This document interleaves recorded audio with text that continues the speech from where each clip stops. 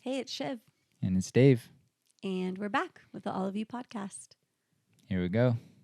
Dave, I want to do a little mental health check with you right now because Wednesday of last week was your final day working for the company you're at the last nearly 11 years. And I know that's been an emotional roller coaster. So I want to open the floor and just see how you're doing. Yeah. I mean, it's challenging to answer it because I think it's a lot of holding all the emotions at the same time of excitement, fear, and understanding that I am in a really pivotal time. And this is the first time that I've ever been in a really pivotal time in my life and validated that and went, you might need more sleep. You might need to take it easy on yourself, and your mind might be full of tension because you just lost your job of 11 years. But I also have just so much excitement and joy and knowing that it's all going to work out. It's scary to not know how it's going to work out. So I'm just constantly fighting that anxiety and reminding my body that I'm safe. And I mean, I'm constantly giving myself reality checks of hold on, don't carry away with that thought. So yeah, it's a lot, but I'm working through it, and there's so many good, exciting things that could pop up. I've been telling you, I've been wanting to coach people on the side or whatever that turns into. So we've had so many people reach out, which, by the way, anyone that's reached out to us with messages of that they're enjoying this podcast, you are just a lifeline for us right now. Literally the only reason we're still making episodes. Yeah, kind of. Yeah, Yeah. It keeps us going. I don't want to say that we're doing it for validation at all. We obviously created it with no validation from the outside world, but knowing that it's making an impact on people and helping them work through some of the same things that we work through and feel maybe seen in that is so helpful. It's probably the most rewarding thing I've ever done. Yeah. And yeah, the text messages or Instagram messages from people from all chapters of my life People we don't saying, know. people we don't know saying Yeah. the kindest things and Yeah. most encouraging things. And has we don't been even have a ton of listeners humbling. yet, Yeah. but the amount that we have, there's been some really good feedback. And so and we're open to negative feedback too, but Yeah, please give us all the feedback. yeah, it's so nice to if people are listening to this, if you have any, I love it when you talk about this, or you what are you here for? Do you enjoy the banter? Are you just charity listening for Shiv and I because you love us, or are there certain things that you find really helpful and want to hear more of? Yeah, favorite topics. Yeah, that's super helpful to know. But yeah, so many people have reached out, and I have wanted to offer support because I'm not fully healed. I'm still a work in progress, but by far. But I also really understand what it's like to struggle with mental health, and so I feel called to help others who are struggling with mental health or emotional health or not understanding their emotions or relationship struggles, going through a divorce. I mean, if you're a man going through divorce and you have partial custody of your kids, there is so much struggle in that, and I feel called to help support those people because it was just so hard for me. Or struggling to open yourself back up into a relationship or whatever. So anyway, I feel called to help these people, and I got our first client. Just it's actually not our first client, it's your first client. Sorry, I got my first which client. I'm really proud of you for, and I'm so excited about the opportunity to help anyone, but also just I really want to do that. That's if I could spend my whole life coaching people through their hard times, it's what I feel the most called to do. So um, I'm really stoked. Aw. Yeah. So that's like a huge, there's just so much emotion in this time. Yeah. It's anytime you're going through so much change, it's filled with so much uncertainty and hard, but then you get those little sprinkles of hope. And that was a huge sprinkle for hope. You know who you are. Thank you, my man. And for letting me speak to you. Yeah, super cool. I'm really proud of you. Thank you. So how are you? How's your mental health check-in? Overall, I feel optimistic and at peace with everything, but then I have moments where fear can take over a little bit, and I have to keep that in check. And I guess the biggest thing going on for me was I chose to shut down our Airbnb this week and have it no longer be in business. And that was it was a tough call because That was a tough one for you. Yeah, it was a really tough one. It was a really fun project. It was not making a ton of money, but it was profitable. But I kind of ran it through my values and where I'm spending my time, and the time I was dedicating, it just didn't quite align. And I don't know who they are, but they say you should feed the life you want, and it wasn't feeding the life I want. So it's a little bit terrifying, but I'm choosing to double down on feeding the life that I want. And the Airbnb right now, just with it being an hour away and taking up time, it just didn't make total sense for me to be focusing on it. So I packed it up. You helped this week with your We packed it up. we packed it up with your gimpy shoulder, and it was really emotional actually, to and scary to, like, one more thing we're ending really put a stamp on this being a big transition time for us. But I feel actually somewhat of a weight off of me in closing it, because it's one less thing I have to think about. You did love that place so much. I did. Yeah. But I think it just opens up room for something else. And that's okay. So, all things considered, we're doing really well. I'm doing really well. So this week I wanted to talk about when we met, and there was so many things that we struggled with in the beginning of our relationship that I think is really normal, and we don't talk about it that much. We as a society? Yeah. Or I was going to say, no, we talk about it a lot, Dave. We have a podcast talking about it.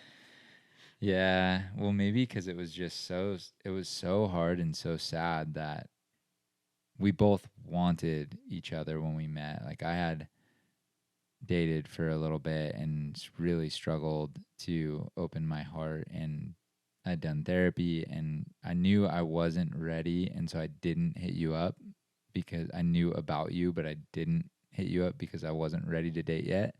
And then when we eventually met and we started dating, I had prepped for that, kind of like I knew it was going to take me trusting you more, and that was really hard for me. But it kind of all fell apart when we started to share our real selves. And when you hit each other's pain points and find out their triggers or their pet peeves in a relationship, it gets kind of dicey at that point. I think a lot of people either make or break, and I think a lot of couples struggle at that point.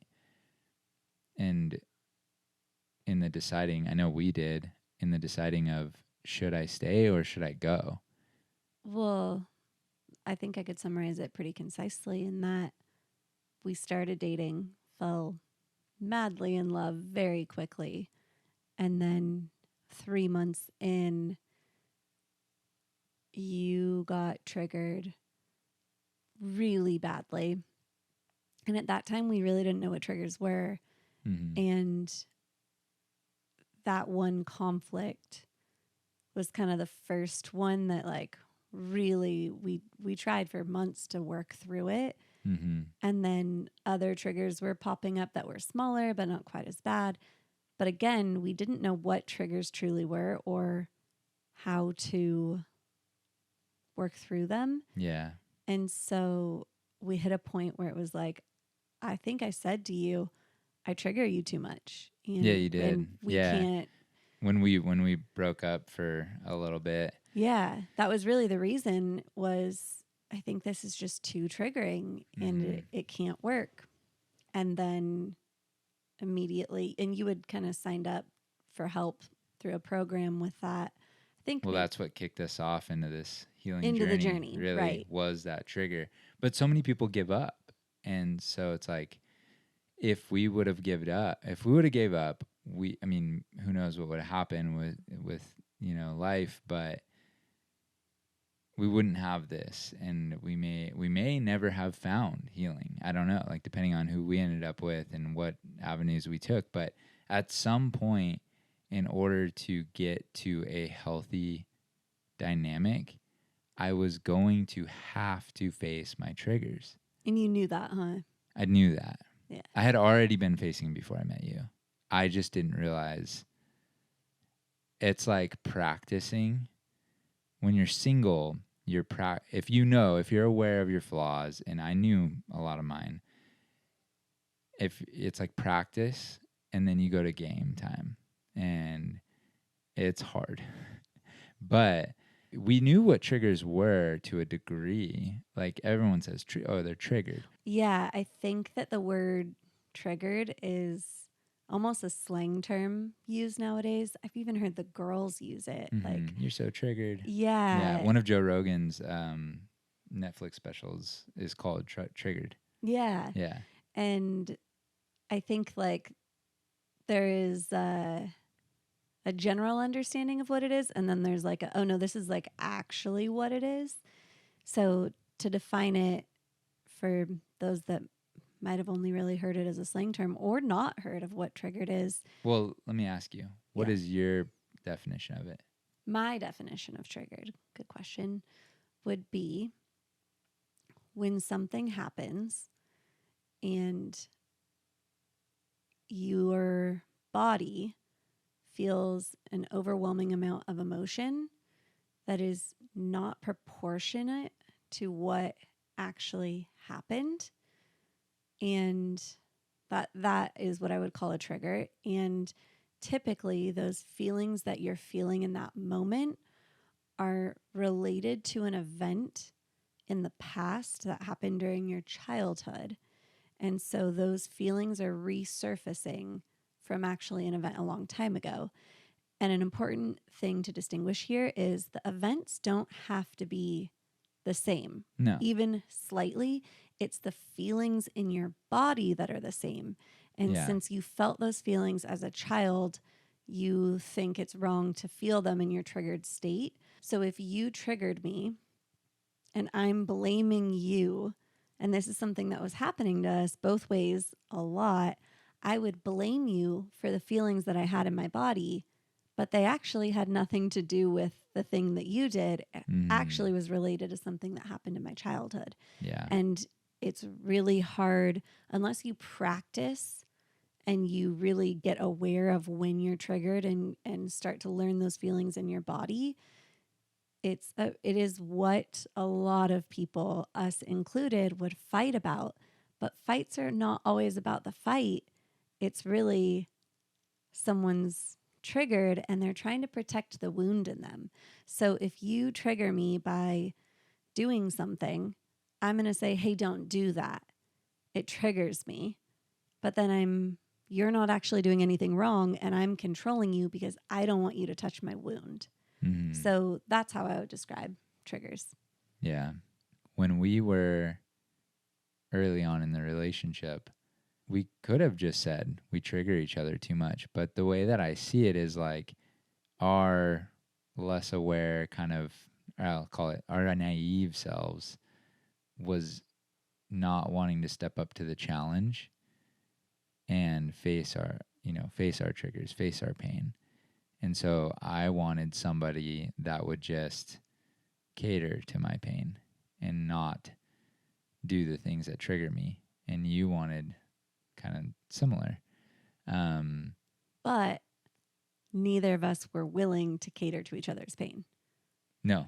And that's where the rub came in, where I do think there are people who are more willing than us to cater to each other's pain, but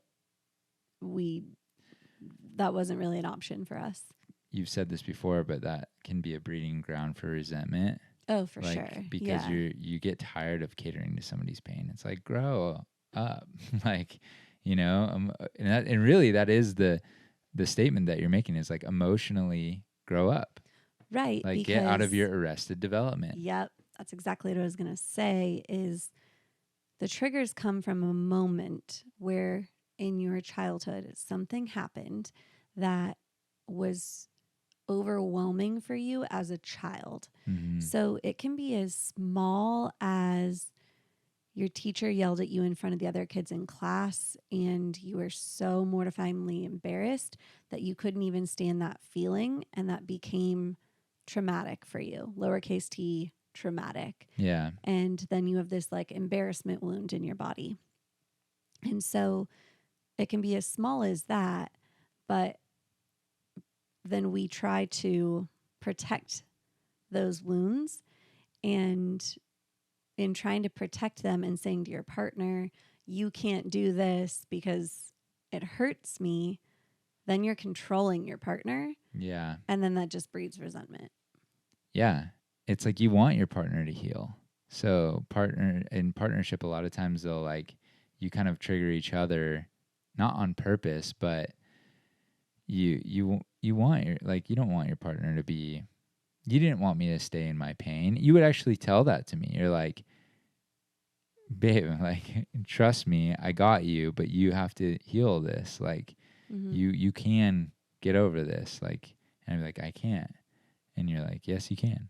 Yeah. And what's interesting is the thing that was so triggering for you, in my brain, I could not understand why it triggered you, because I was like, this does not make literally any sense why this is even causing an ounce of pain. But you were in like you literally were in the worst emotional pain I've ever seen someone in. And I was like, I literally don't understand how this is painful. Yeah. But our triggers are different. Well, it sent me back to when I was like 9 years old of the event, and it's like, that's how trauma works. And I wouldn't have said that I was traumatized by that event. I wouldn't have admitted that at all. I would have said, yeah, that happened. I wasn't embarrassed by the facts of the event, but I was massively embarrassed by the emotional trauma that I was carrying. And I was all unaware of it. And I think like there's kind of two camps like going on in the world. You have, a lot of the camp of healing and addressing traumas. And then there's also a camp that's kind of like, why do you got to do that? Like, I don't want to go back in my past and figure out what's, let's avoid it. Yeah, let's avoid. And I would never tell anyone what to do. I'm not at a point where I would ever tell somebody, you have to go back into your past and relive those events. Like, that doesn't feel right to me to say, like, to sit here and say, if you're not healing, you're a bad person or you can't still do good in the world and all that. Like, absolutely do you, but I can say for me that my triggers were massively holding me back. And this is kind of what I wanted to get to, is I wanted you. I wanted our partnership.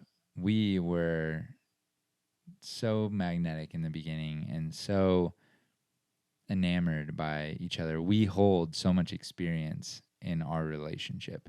I don't get to live the experience you had, and you don't get to live the experience I had, but together our perspectives matched up is like a lot of experience because we lived such different lives for so long.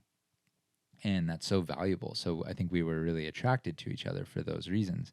But it was so triggering. And so we wanted each other. We had a lot of the same values.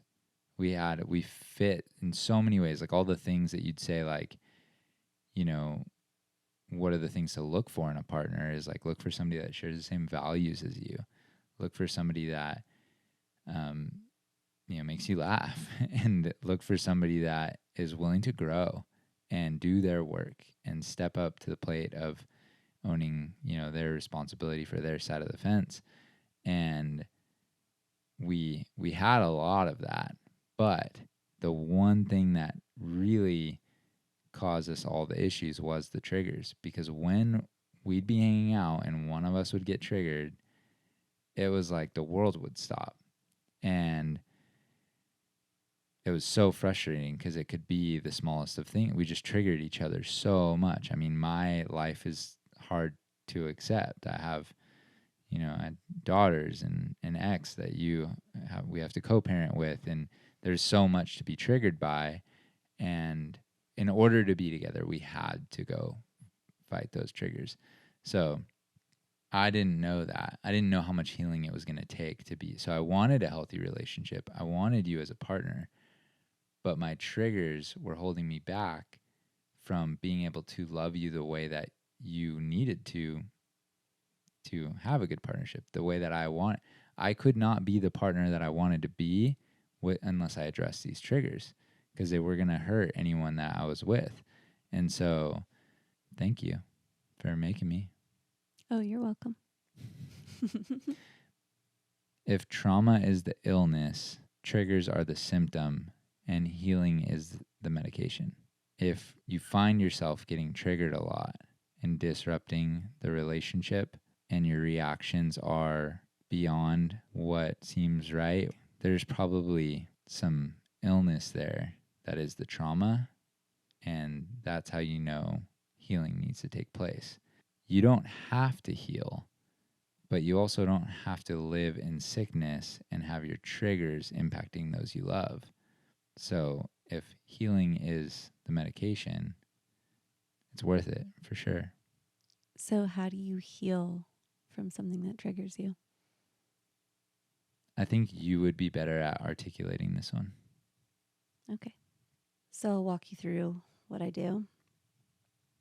First step is realize you're triggered. And in that moment, once I know that I'm triggered, I take space from whatever it is that's triggering me. Normally, that's you, to be honest. But I take space and then actually try to feel the emotion in my body and name it. And it's normally a handful of emotions that I'm feeling because I'm really overwhelmed when I'm triggered. And once I'm able to identify that handful of emotions, I go, when did I feel this way in the past? And I really try to identify, if I can, the memory in which I felt those things. And it can be shocking, the memories that come up. I try to tell my body that it is safe and I want to remember what the memory is, because I suppress a lot of the memories that were hard for me. And then I also go through and I figure out, what is the belief that I have that's coming up in this moment. So am I believing that I'm not enough? Am I believing I'm not worthy? Am I believing I'm not safe? Am I believing Dave is a bad person? Like, that could even be the belief that I hold, right? And then what are like the thoughts that are going through my mind that are all bad and not serving me? And I write them all down. And then, and typically I journal through all of this. It helps to actually like work through it all. And then once I have that information and I can go, okay, this is a trigger. What I'm actually feeling is these emotions from when this happened in the past. Then the first thing I do is all the things that are running through my mind that are untrue and negative and unhelpful, I rewire them. And that could be, I am worthy, I am valuable, Dave is a great partner, whatever it is that I was believing that is actually not true, I correct it. And then the part that's more for my brain, I would say. The part that heals my body is I sit in the pain that I feel from that event in the past. And I allow myself to fully feel all of those feelings. And then I tell myself that happened in the past when I didn't have the tools and the capacity to handle it because I was a child. And I do now. And I saw it through the lens that I saw it through at that age wasn't correct because I was a child and I had a limited perspective. And now as an adult, I can see it for what it was. And this doesn't need to be triggering for me anymore, or whatever it is that I almost need to tell myself like about that incident to actually correct it. Or let's say my perspective on it was right and what happened to me was so wrong, and I am just for feeling all of these feelings. Then I just give myself compassion while I feel them and go, you were hurt, you were wounded, and that wasn't okay. I'm so sorry that happened to you, but you're okay now and you're safe. And that happened in the past, and that's not happening in this moment. And I'm able to separate it. But that going in and feeling the pain is actually the healing part because you're really rewiring in your body what those feelings are and what that unsafety is when it comes up. And then that doesn't always, the first time I go into that pain doesn't necessarily mean it's fixed overnight. So it can be an ongoing process of like, oh, I felt that pain again. Okay, feel it, release it. Because your body stores emotional pain. You know, they say that issues are in your tissues, and your body literally stores your trauma. And so when you feel it, that is the active process of releasing it. And that is the healing. So that's how, sorry, that was really wordy, but Yeah. that's how I would heal something that's triggering for me. No, that's really good. I mean, and it's like, it takes a lot of times to go inward and feel it sometimes. Like the worse the trigger is, the deeper the trauma is, the more I have to go inward and do that. And that's why, like, I'm a big fan of talk therapy. Like, we've talked about it. I love talk therapy. I think that talk therapy was my gateway into knowing that I think of this. I think of all this stuff, self-help, addressing your triggers, healing your trauma, as we are a vehicle with a mind, and the mind is like an engine. And we can drive around in cars, and we are not mechanic. Like, I'm not a mechanic. I know a little bit, but I'm not a mechanic. And why am I comfortable driving around a car? Because I have AAA, because I know mechanics, because there's a mechanic all over town if my car breaks down. But where's the mechanics for the brain? Like, if we're driving around and we're these people walking around in these human bodies, we don't have anyone to. If you are traumatized and you get injured, that is like a neural pathway isn't linked now, and so you have a hose that's loose and you don't know where it is, and who's going to go in your brain and fix it? No one. You can't go under surgery and have them necessarily address it. People are trying to take mushrooms and do all these different things to try to heal the trauma in their brain. And I'm not saying that won't work. Whatever works for you, great. Like, meditation's been huge for me. There's so many different tools. Talk therapy does help a lot. But I'm a big fan of being my own mechanic. Because you're And the only one that can get under the I'm the hood. only one that can get in there. No, I tell the girls this all the time. No one else is in your brain. No one else is inside your body. So if you don't understand how your thoughts are hurting you or helping you, you could literally be driving yourself crazy in your mind all day and you don't even know it. And so do I think everyone needs to be a psychologist? No. But I also think it should be normal. We should all be our own mechanics. We all need this information. So I'm not a fan of, like, great, the psychologists, people who go to school for psychology, I love you. Thank you so much for providing the books that I read. I I need your books. Give me more.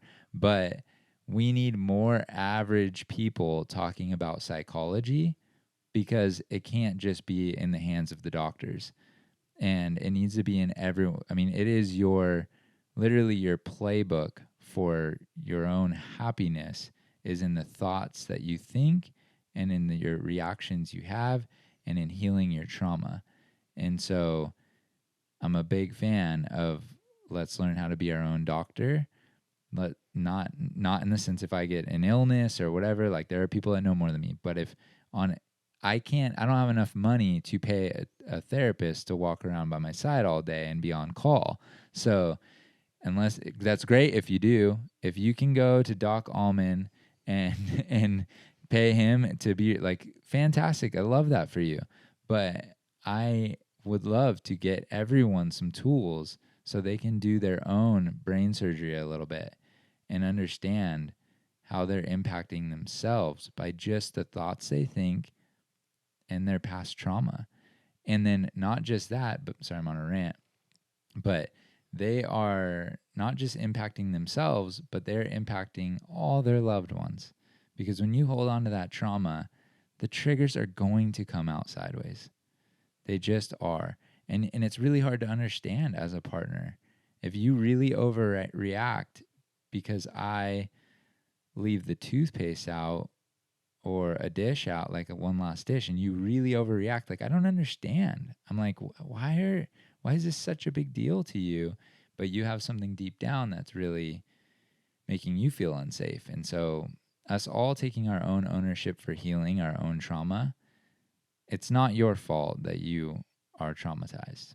99% of the time, somebody else did something to you. You were impacted by the world. Could have been anything. But we need to own the responsibility for our healing, so that way we can heal. I mean, you're the only one in there. So I'm sorry. I'm sorry that that's the case, that you have to heal your own trauma. But if you do it, it's so worth it. Yeah, well said. And I think what I would add to that is the average person gets triggered 10 to 15 times a day. So we all get triggered because we all have things from our past that have affected us. Some of us more than others, but we all have things. Like, no one gets through life unscathed. So there's nothing to be ashamed of if there's things you have to work on. We all have them. And I would agree with you, if we're getting triggered 10 to 15 times a day, and not all of those are going to have massive reactions. But I was someone where, like, I was getting triggered with massive reactions with you far too often. And it was, honestly, it was too much for me to, Yeah. like, I was like, I don't want to be with you because I'm getting so triggered. And then that's my work to do. But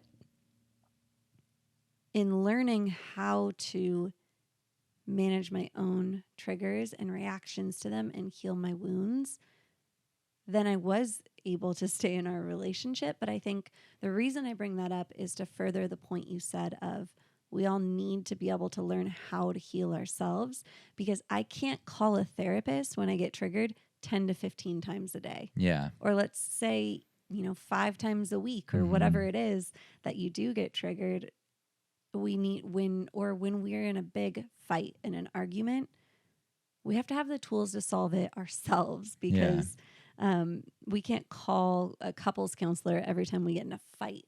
Mm-hmm. Like, go to therapy. Like, of course, use all the tools that are in your disposal, but just understanding some of this, call it new age, whatever. It's been around for a while.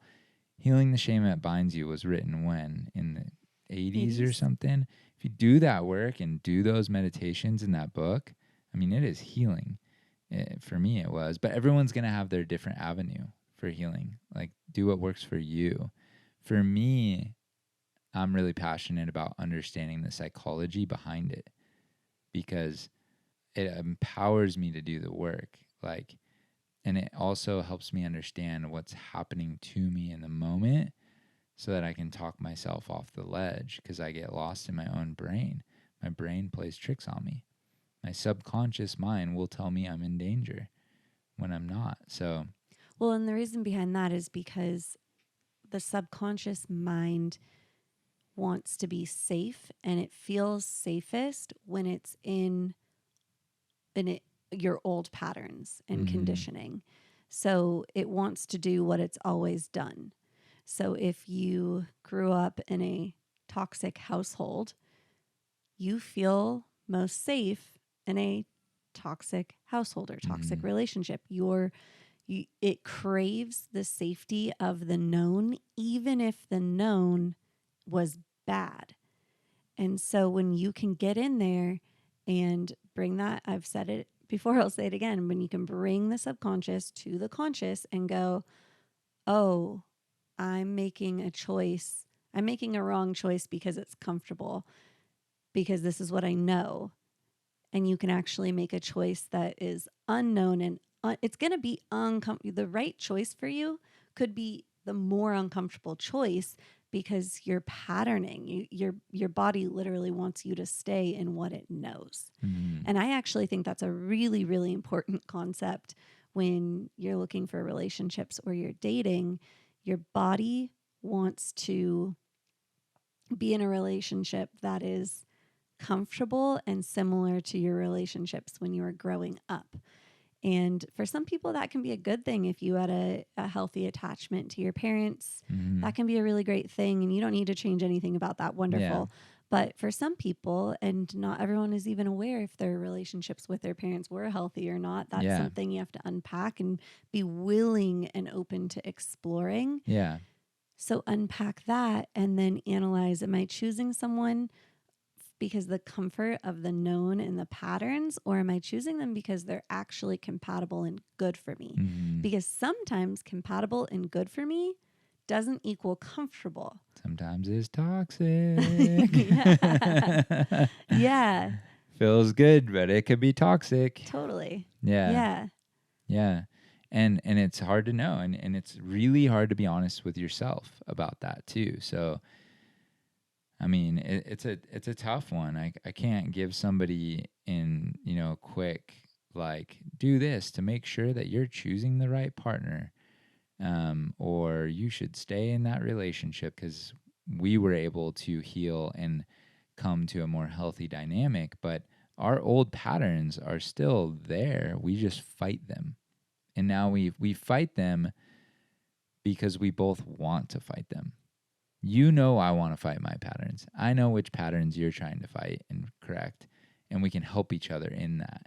And that's kind of when we really started to, this all snowballed really quickly in a positive way, is when I finally admitted to you some of my childhood wounds, and then now you can recognize when I'm 5 years old stuck in my trauma. I can now see it on your face and go, oh, That's little Dave. there's little Dave's abandonment wound coming out.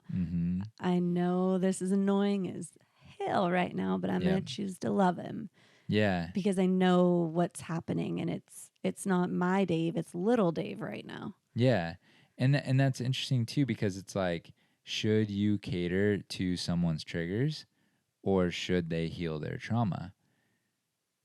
I think the answer's somewhere in the middle. It's somewhere in the middle. It's like, if you want to be in partnership, if they are getting so triggered that it's abusive to you, do what you got to do. If you need to leave the relationship because you're in an abusive relationship, then that's what you got to do if you choose to do that. But if everyone's going to have issues and no one's perfect, but there's a level that you're willing to deal with, and if the person's working on it, then do you need to cater to their triggers?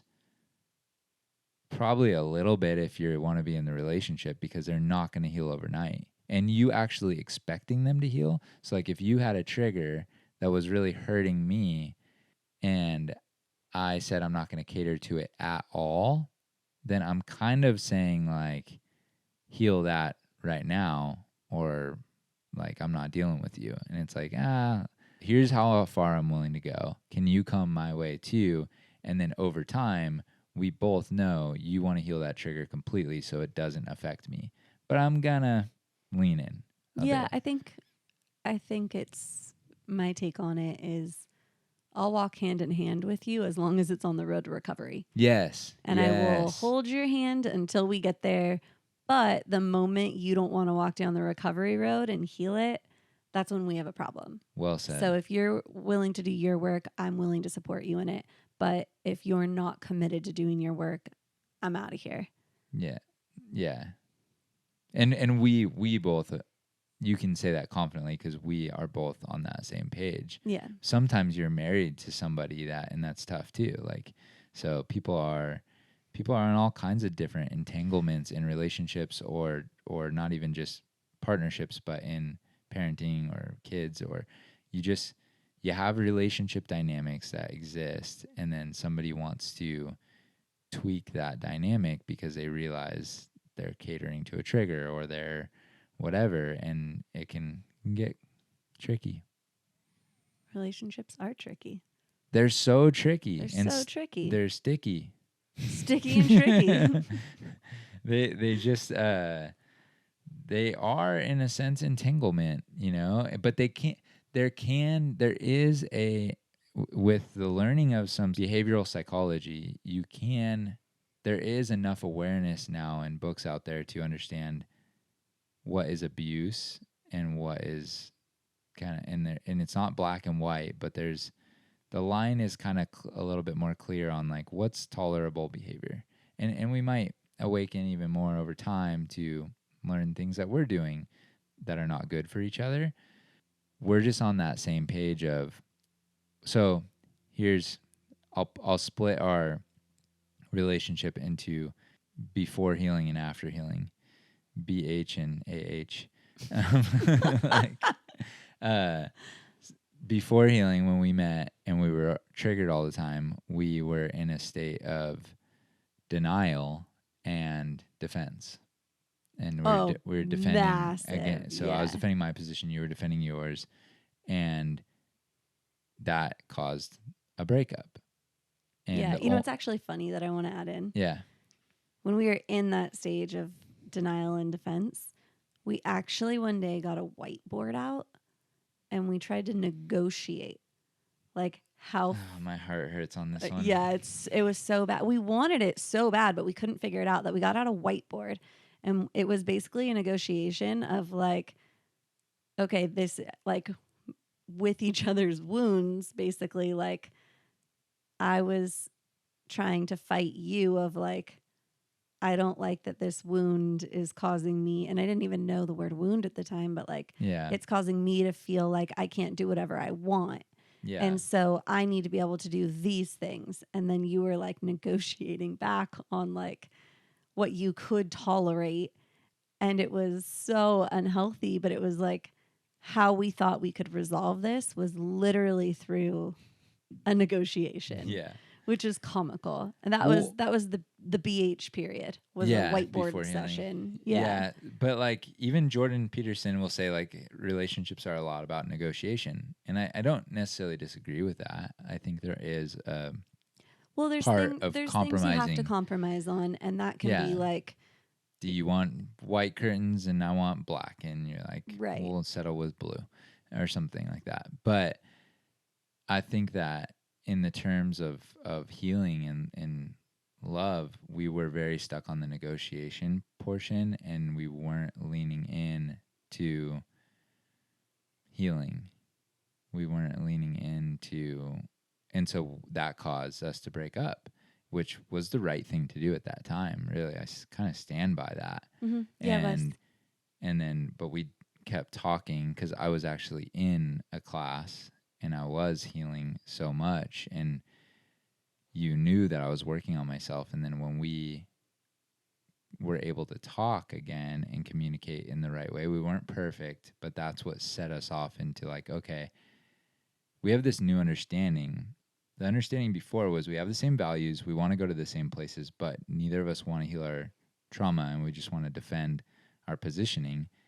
And now we're in this state of we can come together and recognize who's wounded and then be patient and help each other heal those wounds so that we can ultimately be a gift to each other and a help in healing and understanding. And I can support you in a way that brings more light behind your eyes, that brings you more confidence, that almost makes you age less because you're de-stressing, you're healing. I really like that one.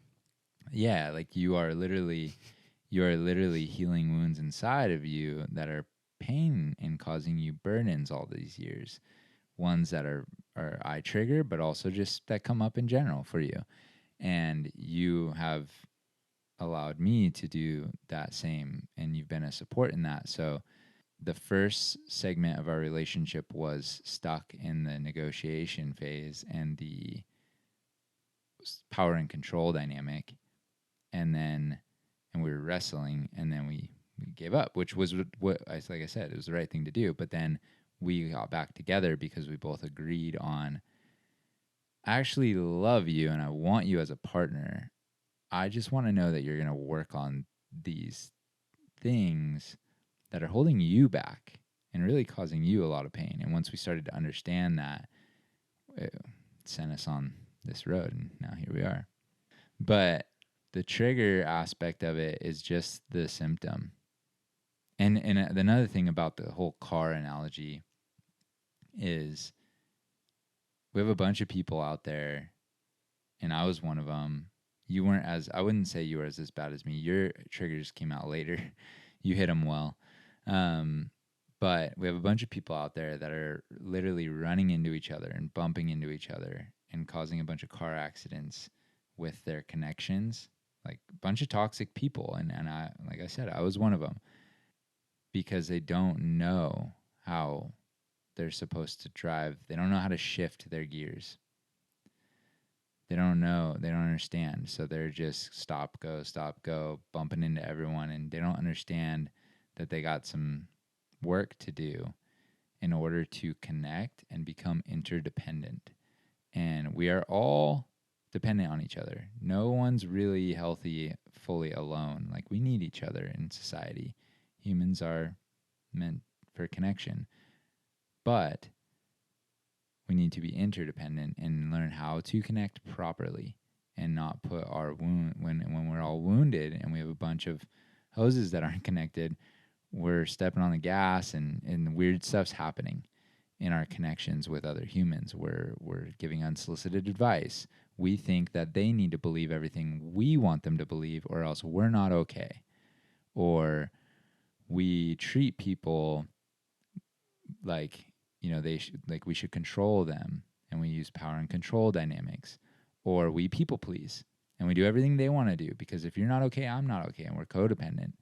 And then, it goes on, the list goes on and on and on. So learning more about these tools and understanding what is good connection is different than talk therapy. And this isn't a huge sales pitch for me to coach anyone, but that's why I'm so passionate of talk therapy. It's not a bash on talk therapy. It's just different. In talk therapy, you're going to learn a lot. You're going to learn more about yourself, and they're going to allow a safe place for you to go inward so you can express some of your traumas and hopefully heal them as you feel them. Yeah. If I can jump in, I want to circle back to that list of things you just rambled, where you're like, you could be codependent, you could be a people pleaser, you could be, you didn't say it, but you could be manipulative, you could be defensive, you could be giving unsolicited advice. All these things you just listed are things I am guilty of, and most people are at different times in their life. Different times of the day. Different times of the day, yeah, truly. Depending on if I have 8 or not. Yeah. It could be a whole lot of things, but you can get pretty manipulative for a sandwich. I'll do anything for a sandwich, yeah. But all of that to say, me a few years ago, if you would have said, I'm going to admit to I can be manipulative sometimes. I can people please sometimes. I can be codependent sometimes. I can be defensive sometimes. I would be like, me? Who? No, no, no, no. Absolutely not. And now and why I'm sharing this is I want people to open their own hearts and minds up to be okay with learning that they might have some of those not so pretty qualities in themselves. And that's okay. Like, it Mm-hmm. is absolutely okay. I'll even say we're all a little narcissistic sometimes too. Like, we all have little varying Yeah, it's a degrees spectrum. of these not so pretty qualities. But if that is true, if you can buy into me saying that we all have these degrees of qualities, the difference between someone who's healing and aware and not is I'm trying to figure out when I'm being manipulative, defensive, people pleasing, and I'm trying to fix it.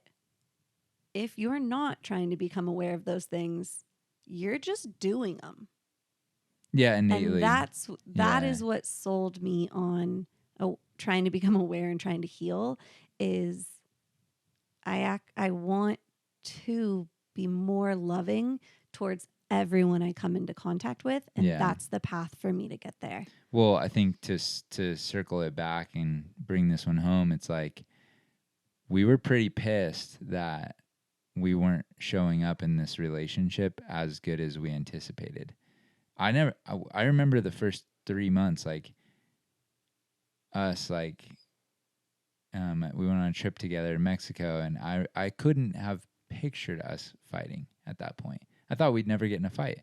I was like, oh, I met the perfect human, and we are never gonna get in a fight. And we fought more than I ever anticipated because of our wounds and just little things that popped up for us. And I would say at a certain point we just said enough is enough. We're not going to continue to live life like this. Let's get some help and show up differently. I wanted the connection with you to be a good, supportive, loving connection, and I wanted to be a good, loving, supportive partner more than I wanted my naivety and ignorance and bliss of that. I would say I felt the same, but to be honest, there were times, and I can say this to you because you know it. I really wanted to be ignorant about it and not see all my flaws. It was really painful. It It's still is so at times. hard. Like, I want to actually say that too. I don't want to get on my high horse and be like, I'm healing and I'm loving everyone well. No, like I am like in pain throughout this process, pushing myself. It's not easy, it's not pretty, it's kind of brutal, and at times like Doesn't I feel have worth it. oh yeah, at times I'll look at you and be like, I don't want to heal that. I don't want to feel that. I don't want to go there. I don't want to open that door. Don't make me. You're mean for making me. And in the moment when I'm feeling the pain, I'm like, don't freaking touch it, right? But then when I come back down to reality and I think about who I am and who I want to be and the road to get there, I come back to the foundation of, yeah, I want to be someone who heals. Yeah. It's kind of like going to the gym. It's going to the mental gym. You always say that. It really is. I mean, emotional health is mental health to me. Like they're one and the same. How you feel and getting in touch with how you feel. Like anyone that's struggling mentally and struggling with mental health and anxiety, they're going to go in and the person's going to start talking about emotions because that is the medicine. Understanding how you feel is kind of like your diagnostics. We've talked about this. It's your check engine light. And so emotional health is mental health. Well, your heart and your mind are connected. Yeah. And connecting them is actually the real solution. The connection that you can have is so much deeper without the pain. When you can and when you can filter your pain. So I can connect with you, but I don't get all your pain. So like breaking down, well, we gotta close this up, but like breaking down the triggers, it's like if you have pain over something and all of a sudden something triggers you, you're level 10 in pain. But 80% of that has nothing to do with what I did. Maybe 20% does. So I still need to apologize to you because I hurt you to the degree of 20% of your pain. But if you come at me with all 100% of that pain, I'm going to be like, whoa, I cut you off and you just rear ended me. How does that line up? I cut you off. I'll wave and say I'm sorry, but I don't deserve to get rear ended. And so when you can filter that out for your partner and you can trigger me, but I only come at you with the amount of pain that is it should be. So when you can filter out your pain for your partner, I mean, it just is a way better relation. Your interactions are so much more positive. And I heard this thing like it takes, I can't remember the exact stats, but it's like it takes like 10 positive interactions to negate one negative interaction for a couple. And I don't know if that's the exact stat of it, but the point still makes sense of it. It's a lot of good interactions to negate a negative one. If those are triggered reactions, those negative ones are even stronger and so much more negative. You just can't really put up a long time in a relationship if you're negatively being impacted by your partner. And even if you could put up with it, do you really want to be a negative influence on your partner? Like you can just see it on some people's faces sometimes when they're in a relationship and they're like not doing well.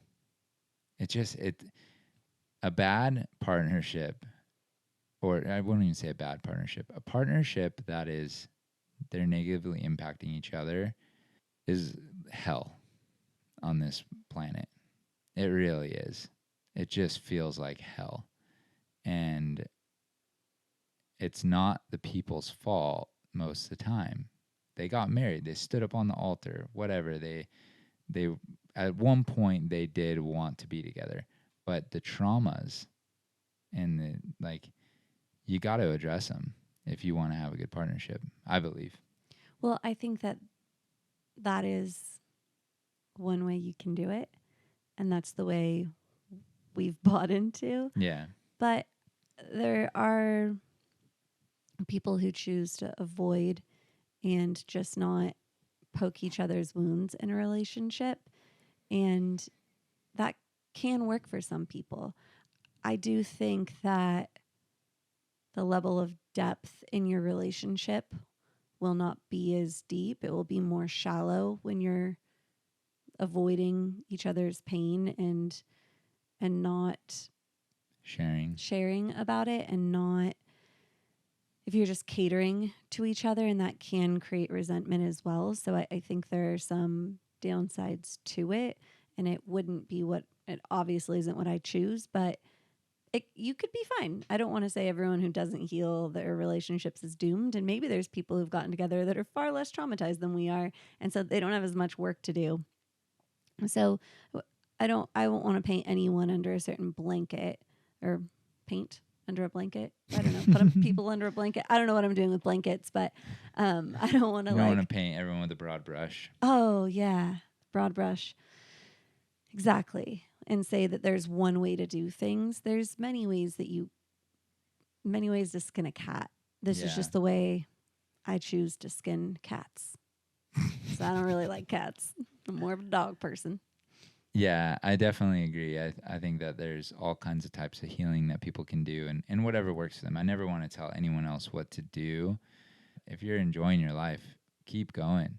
Keep enjoying your life. But if you are struggling and if you really are in pain and you know deep down you might be in more pain. If you're in more pain and you're asking the question of how do others get past this? How does this seem so easy for other people, but it's so difficult for me?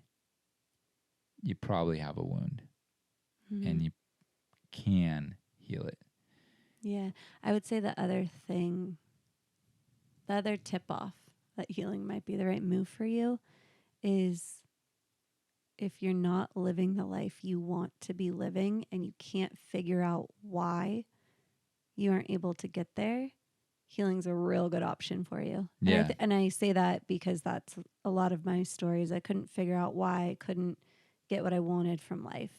Yep. And it turns out all of the answers to those questions were within me. I just didn't know how to go inside of myself to find them. Yeah. And so the answer, you are your own Thomas guide. Yep. The way that your mind operates and the wounds that you have, you're really the person that holds the key to them. We can just help give you some tools to navigate it. Yep. But or there's a bunch of different books and things we can recommend for that.